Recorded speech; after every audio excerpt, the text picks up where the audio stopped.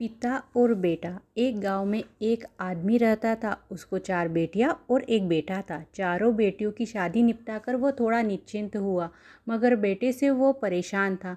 बेटा अहंकारी स्वभाव का था। बेटे का अहंकार ही उसकी तरक्की के आड़े आ रहा था। बेटा नौकरी करता था, मगर किसी के कुछ कठिन शब्द बोलने पर वह नौकरी छोड़ देता था। उसके इस स्वभाव के कारण वो कहीं पर भी एक नौकरी में स्थायी ना हो सका। एक रात की बात है। हवा बहुत ही तेज चल रही थी और जोरों की बारिश भी हो रही थी।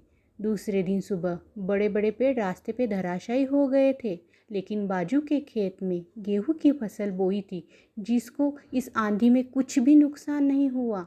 घर के बगीचे की घास का को भी कोई नुकसान नहीं हुआ था।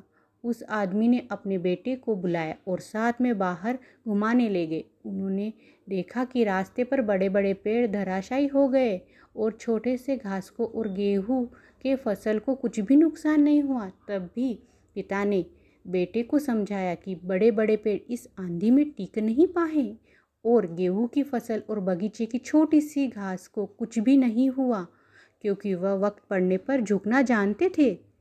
देखो बेटा, कभी कभी झुकना भी पड़ता है, विनम्र होना पड़ता है, तभी जीवन में हम टिक पाते हैं। यही सत्य है। वक्त के हिसाब से चलना सीखो बेटा। पिता की यह बात बेटे के दिल को छू गई और बेटे की आंखें भर आई। वो समझ गया कि उसका अहंकार ही उसकी असफलता का कारण है। उसने अपने पिता से वादा किया कि वह अपना अहंकार त्याग देगा और जीवन में लोगों से विनम्रता से पेश आएगा। तब से आज तक बेटा एक ही जगह नौकरी कर रहा है और तरक्की पा रहा है, और सब लोग उसके काम से और उसके व्यवहार से बहुत खुश है। सीख, वक्त पड़े तो जीवन में अहंकार त्याग कर थोड़ा झुको और फिर से नई शुरुआत करो और आगे बढ़ो।